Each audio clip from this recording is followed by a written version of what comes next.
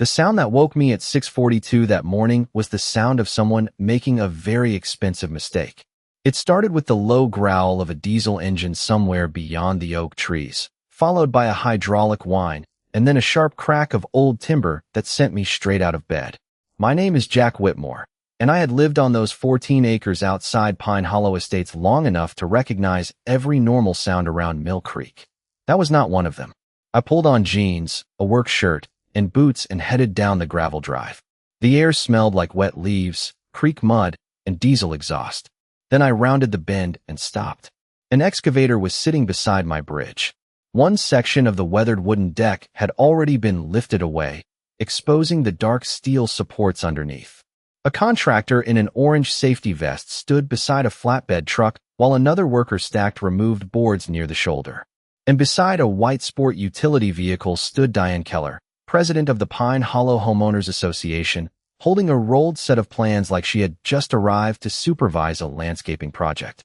"Stop that excavator," I called. The operator looked toward the contractor, who immediately raised one hand. The engine dropped to idle. Diane turned toward me with an expression that somehow managed to look annoyed and pleased at the same time. "Good morning, Jack." I walked closer but stayed outside the work area. "Who authorized this?" She gave the bridge a dismissive glance. "The board did. You should thank us. That ugly thing has been embarrassing this neighborhood for years."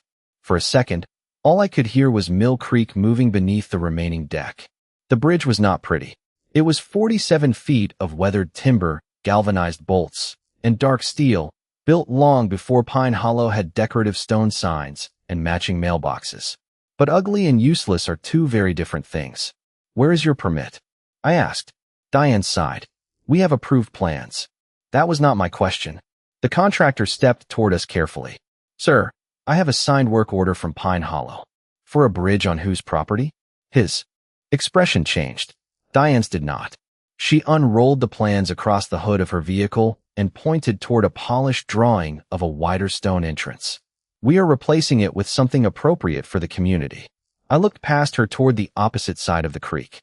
That was when I noticed the yellow school bus stopped about 100 yards away. Behind it sat two cars, a landscaping truck, and a delivery van. More vehicles were appearing around the curve. Their drivers could see the missing section of deck. Nobody was moving forward. I turned back toward Diane. "Did you verify the deed before you started?" Her smile tightened. "The neighborhood has used this bridge for 20 years. That is not what I asked." The contractor lowered his clipboard and looked from Diane to me. I could smell freshly split timber now, clean and raw beneath the diesel fumes. My grandfather had built the original crossing decades earlier. Pine Hollow came later. Its residents had a recorded right to cross it, but the bridge itself had never belonged to their association. Diane had spent months complaining about how it looked. Apparently, she had spent considerably less time asking what it legally was. Then a car horn sounded from across the creek. Another answered behind it. Diane glanced toward the growing line of vehicles, and for the first time that morning, uncertainty crossed her face. She had remembered the stone columns, the landscaping, the wider entrance, and the property values. She had forgotten one small detail. That old bridge was the only vehicle crossing between Pine Hollow Estates and the county road. 2 weeks earlier, that same bridge had been doing exactly what it had done for decades, carrying people across Mill Creek without asking anyone to admire it. I was underneath the west end that Saturday morning with an inspection flashlight and a wrench, checking bolts after 3 days of heavy rain. Water moved steadily below me, brown from runoff, while damp timber and cold steel gave off the familiar smell I had known since childhood. My grandfather, Walter Whitmore, had built the first version of that crossing when the land beyond the creek was mostly pasture and pine woods. Years later, he replaced the original supports with steel, and my father maintained them after him. By the time the Pine Hollow development appeared, the bridge was already part of our family property. The developer negotiated a recorded easement allowing residents to cross our parcel and use the existing bridge for access to the county road. They received passage. They did not receive ownership. That distinction had never caused trouble until Diane Keller decided weathered timber was apparently a neighborhood emergency. I heard tires on gravel and climbed out from beneath the bridge. Diane's white sport utility vehicle stopped near my red survey tube, which I had left beside the stone marker at the edge of the parcel. She stepped out carrying a blue folder and wearing the polished smile she used whenever she wanted something to sound settled before anyone had agreed to it. Jack, perfect timing. For what? She opened the folder across the hood of her vehicle. Inside was a glossy rendering of a wide entrance with stone sidewalls, decorative lights, black railings, and enough landscaping to make the crossing look like the entrance to a country club. Pine Hollow is finally updating this area. I studied the drawing. Updating whose area? Her smile weakened. The entrance. I pointed toward the creek. The bridge is on my parcel. The community uses it. Through an easement. She waved one hand as if the difference were paperwork designed to annoy her personally. The board approved the concept Thursday night. I looked more closely at the drawing. One proposed stone abutment extended beyond the existing footprint and onto land shown clearly inside my boundary. Do you have stamped engineering drawings? I asked. The contractor is handling that. County permits? Those are being coordinated. Insurance certificate? She closed the folder halfway. Jack, this is preliminary. I nodded. Then nothing gets touched. Her expression hardened. You cannot hold up an entire neighborhood because you are sentimental about an old bridge. I walked to my truck, opened the rear cab, and pulled out a thick black binder. Inside were maintenance photographs, engineering notes, receipts, and the most recent professional inspection report. The bridge was old, and eventually it would need significant rehabilitation or replacement. I knew that better than anyone. But old did not mean abandoned, and weathered did not mean hers. I am willing to discuss replacement, I said. Bring me the engineering plan, permits, insurance, cost allocation, and a written agreement protecting the property rights. Then we talk. Diane stared at the binder, then at the bridge. Above the west beam, a small steel date plate installed by my grandfather caught the morning light beneath years of faded paint. She shook her head. It is unbelievable that everyone has to deal with this because one man refuses to modernize. I slid the binder back into my truck. Your board can vote on HOA property, Diane. This is not HOA property. She rolled the rendering tightly, placed it back inside the blue folder, and drove away without another word. I should have known the silence was not agreement. For Diane Keller, it was preparation. 3 days after Diane drove away, a certified letter arrived in my mailbox on Pine Creek Road. The envelope carried the Pine Hollow Estates logo, and the first sentence informed me that the board had approved an entrance modernization project for the benefit of the community. The second paragraph was more interesting. It claimed that the association possessed sufficient access rights to perform necessary improvements within the existing transportation corridor. I read that sentence twice at my kitchen table while rain tapped against the windows. Then I opened the property file my father had kept for 30 years. The recorded easement was 6 pages long. I knew nearly every line, but I read it again anyway. Nothing in it transferred ownership of the bridge. Nothing gave Pine Hollow authority to widen the crossing, relocate an abutment, remove structural components, or build on the surrounding Whitmore parcel without permission. I photographed the letter, scanned it, and emailed both copies to Laura Mitchell, a property attorney I had worked with years earlier on a boundary issue. Her reply came 20 minutes later. Do not sign anything. I will review the recorded documents. The next morning, I found 2 orange survey flags beside the east approach. They were nearly 6 feet inside my property line. I pulled my red survey tube from the garage, unrolled the certified boundary map across the hood of my pickup, and compared the measurements. The flags matched the location of the decorative stone abutment shown on Diane's rendering. I left them exactly where they were and photographed everything with the survey marker visible in the frame. By Wednesday, the situation became stranger. A contractor named Tom Bradley called me and introduced himself as the project manager for the Pine Hollow entrance replacement. He sounded professional, which immediately told me he probably had not heard the entire story. We are trying to coordinate site access for next week, he said. Access for what? There was a pause. Bridge removal and preparation for the new crossing. I set my coffee down. Tom, has anyone shown you a document stating that Pine Hollow owns that bridge? Another pause, longer this time. I was told the association controls the crossing. That is not the same thing. I explained that the bridge stood on my property and that I had not authorized demolition. Tom did not argue. He said he would speak with Diane and review his paperwork. That afternoon, Laura called. Her conclusion matched mine. The easement granted ingress and egress over the existing crossing. It did not hand the structure to the HOA. She recommended sending written notice immediately. By 5 o'clock, Diane, the property manager, and Tom's company had all received it. No demolition, no alteration, no construction without owner consent and proper approvals. For 2 days, nothing happened. Then on Friday evening, I drove past the Pine Hollow clubhouse and noticed a temporary sign near the entrance announcing upcoming improvements beginning Monday morning.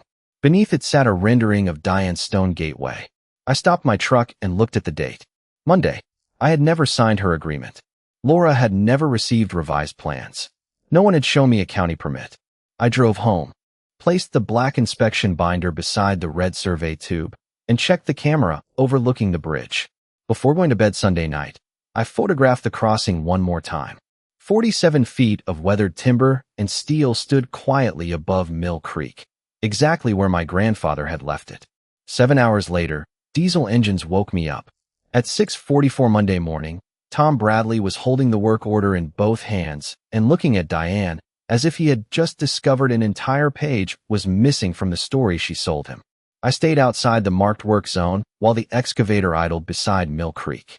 Freshly exposed timber smelled sharp in the damp morning air.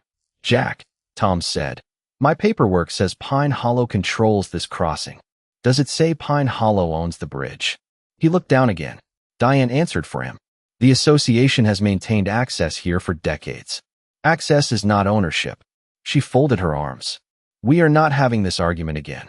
"We are not," I said. "Laura already put everyone on written notice." Tom immediately looked toward Diane. That reaction told me something important. "What notice?" he asked. Diane's expression barely changed, but it changed enough. I pulled out my phone and showed him the email Laura had sent Friday, including the delivery confirmation to his company's administrative address. Tom read it carefully, then called his office. While he waited, I photographed the excavator, the removed deck section, the stacked boards, the white sport utility vehicle, and the work order number printed on Tom's clipboard. I also saved the bridge camera recording from before sunrise. At 6:51, I called the county sheriff's non-emergency number and explained that a contractor had begun altering a privately owned bridge after receiving written notice that ownership was disputed. Then I called Samuel Reed in county engineering. I had met Samuel during the last inspection cycle. I did not ask him to take my side. I told him exactly what had been removed. His answer was immediate. "Nobody drives across it until we inspect what is left." Tom ended his own call and walked back toward me. "My office. Found the notice." Diane stared at him. And I am stopping work until council reviews this." The excavator shut down completely. The sudden silence made the creak sound louder. Diane pointed toward the line of vehicles forming across the water. "You cannot just leave it like this." I looked at the opening where several deck boards had been removed. I did not leave it like this. At 7:18, a county engineering truck arrived. Samuel stepped out wearing a reflective vest and spent several minutes examining the exposed supports from the approach. He never stepped onto the damaged section. When he returned, he placed a temporary closure notice at the entrance. "The crossing stays closed pending structural evaluation," he said. Diane's face tightened. "For how long?" "Until we determine it is safe or until an approved repair is completed. People need to get to work." Samuel nodded toward the missing deck. "Then this should not have been dismantled before a replacement plan was authorized." Behind her, another horn sounded from Pine Hollow. The yellow school bus was still waiting. A delivery driver had gotten out of his van and was speaking with two residents near the opposite approach. Diane turned toward me. "Authorize Tom to put the boards back. Not until the engineer says what repair is required and the liability is documented. This is your bridge."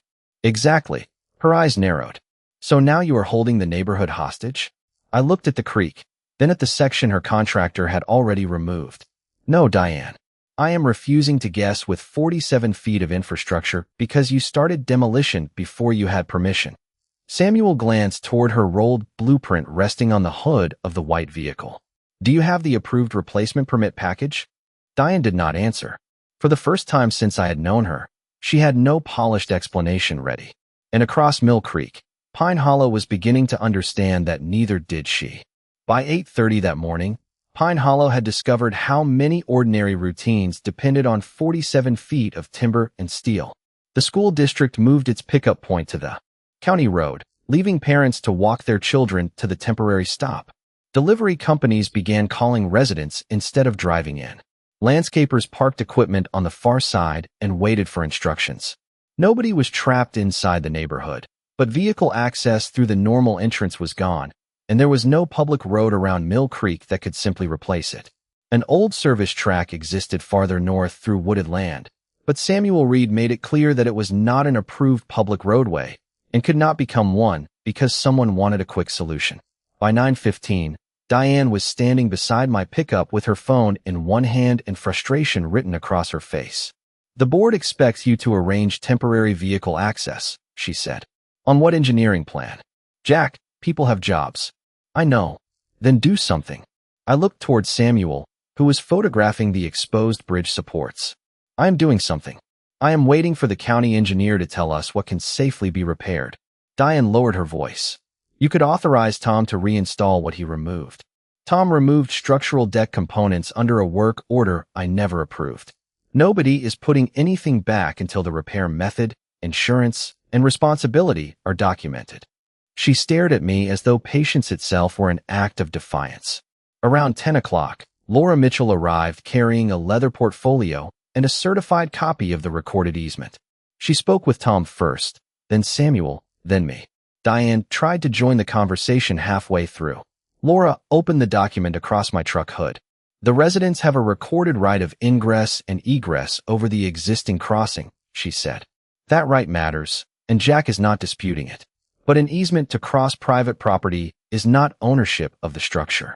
Diane pointed toward the neighborhood. "So what are they supposed to do?" Laura answered calmly.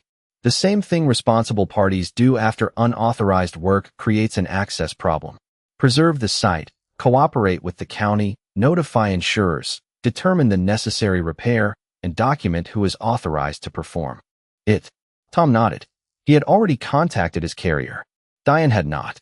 By noon, Pine Hollow residents began walking down to see the bridge for themselves. I recognized several people I had waved to for years. Most were confused rather than angry. One man, named Eric Lawson, asked me whether I had closed the bridge because of the HOA dispute. I pointed toward the missing section.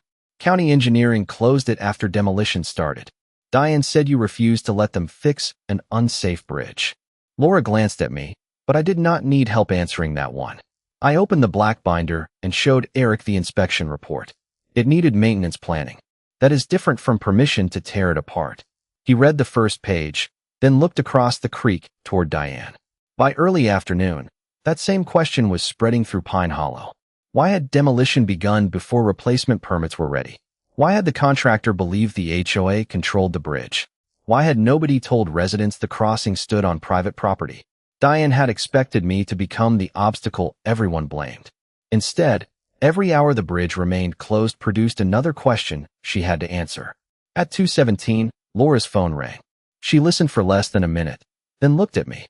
"I pulled the complete easement record," she said. "There is a sentence Diane is really not going to like."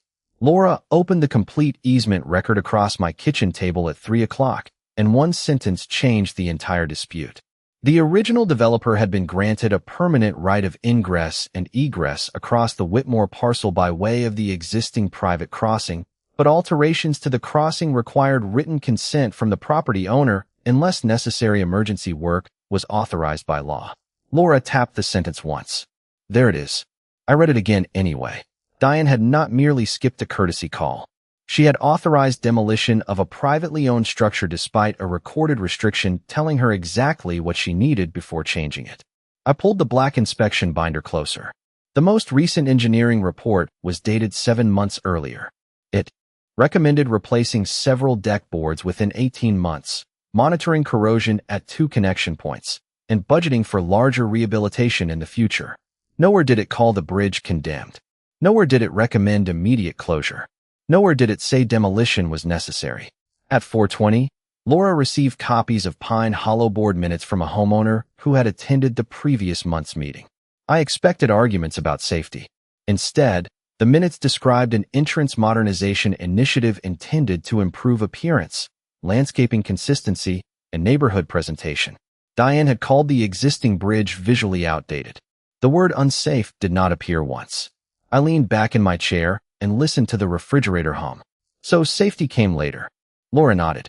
After you refused to authorize the design. The next morning, Samuel Reed returned with his preliminary assessment.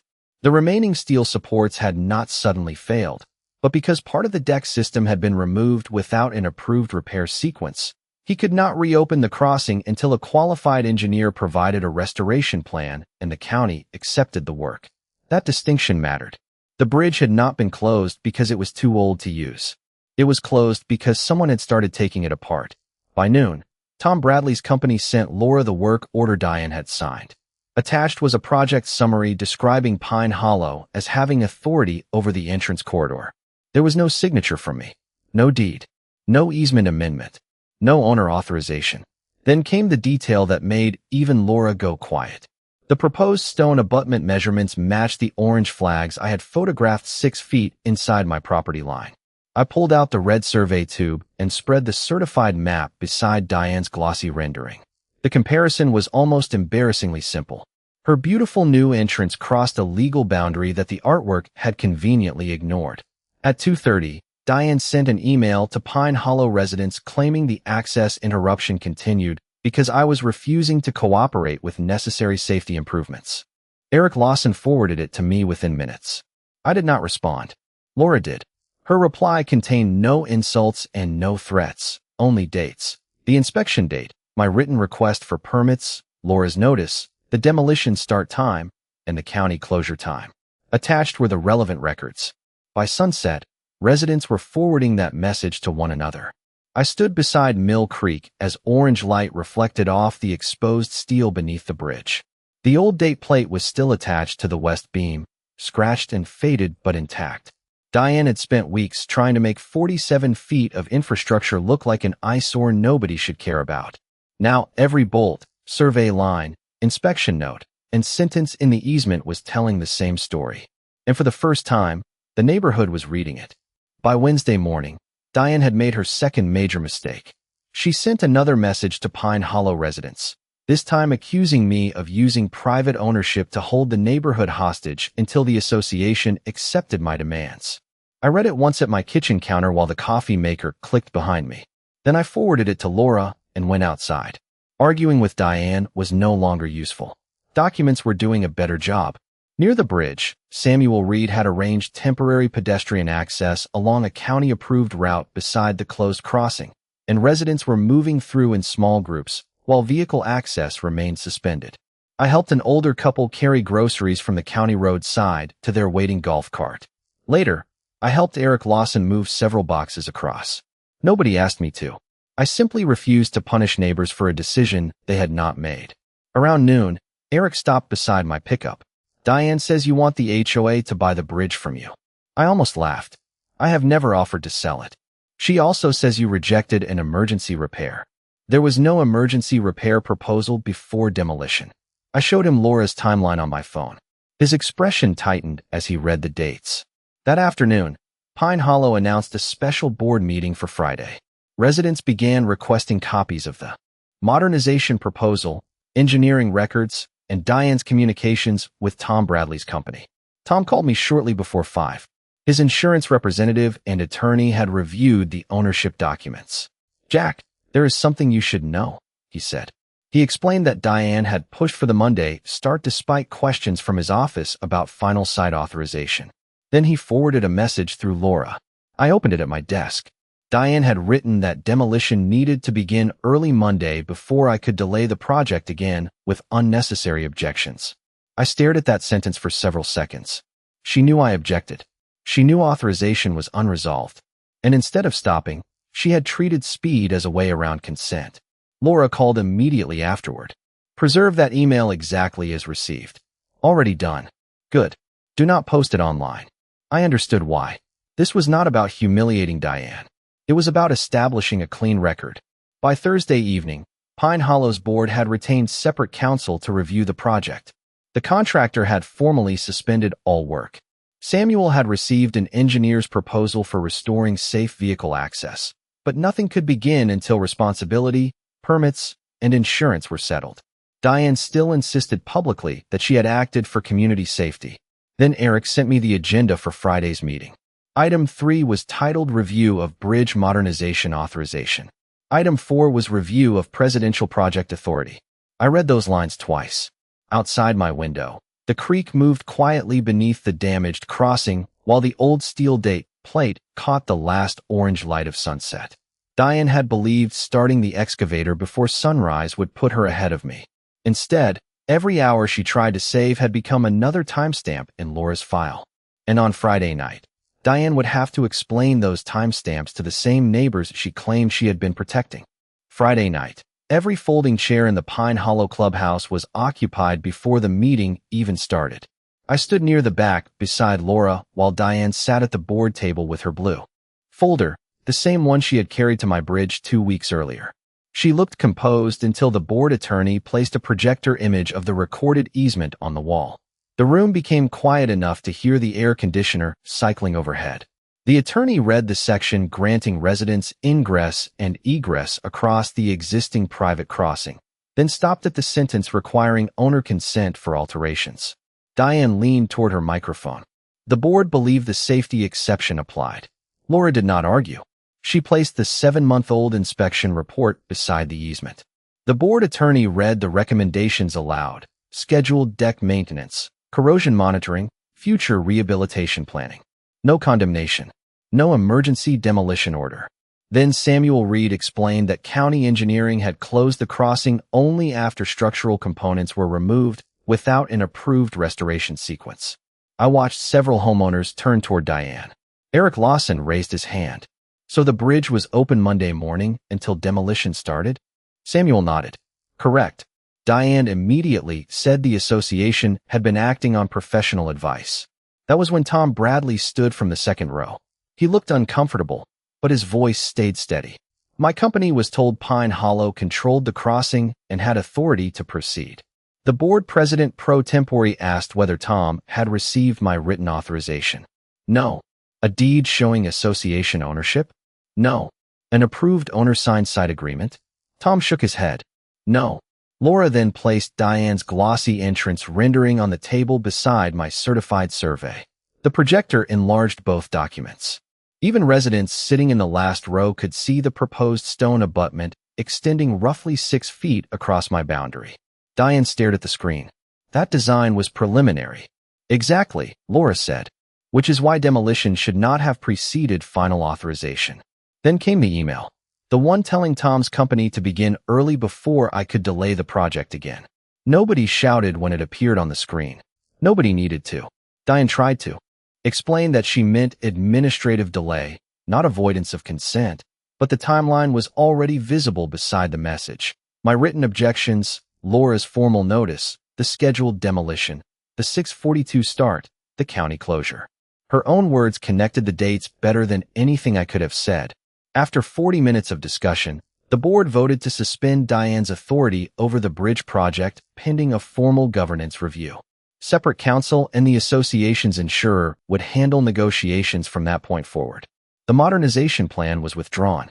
Any replacement crossing would require engineering approval, county permits, insurance coordination, and my written agreement where my property rights were affected.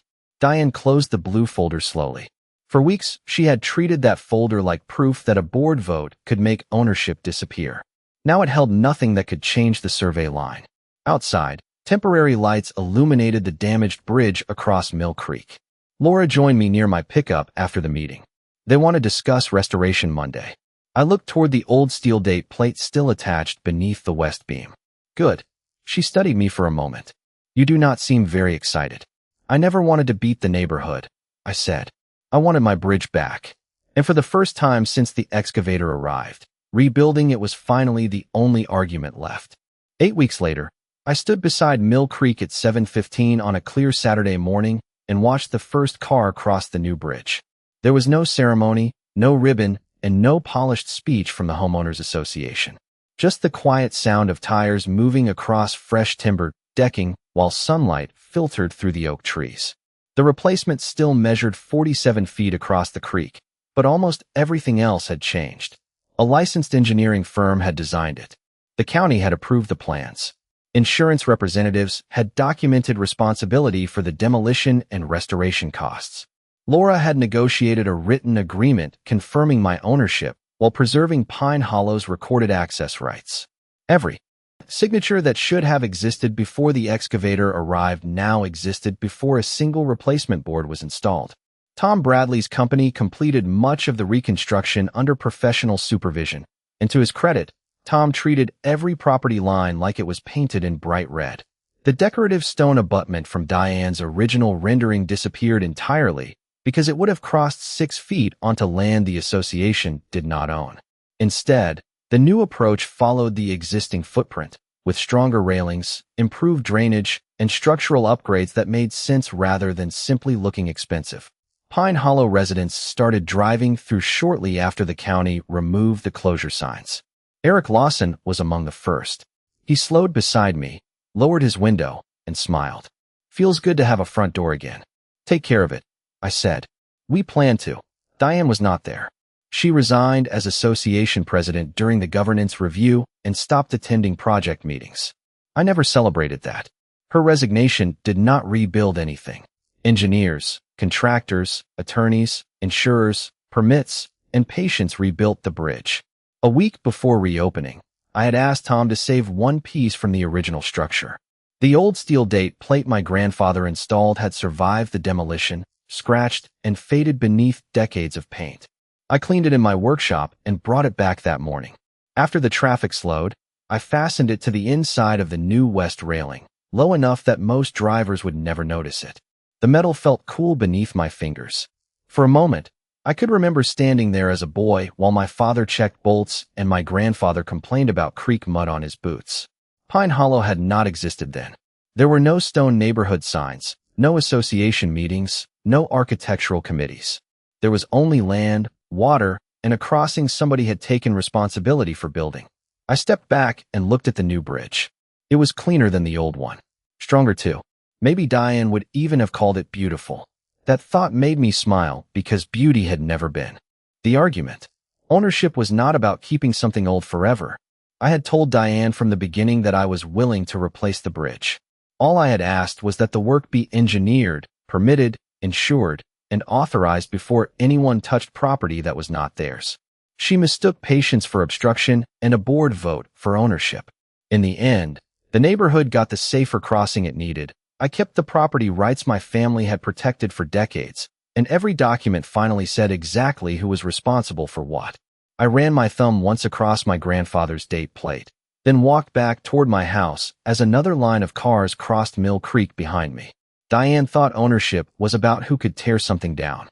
She learned it was about who still had the right to decide what came back.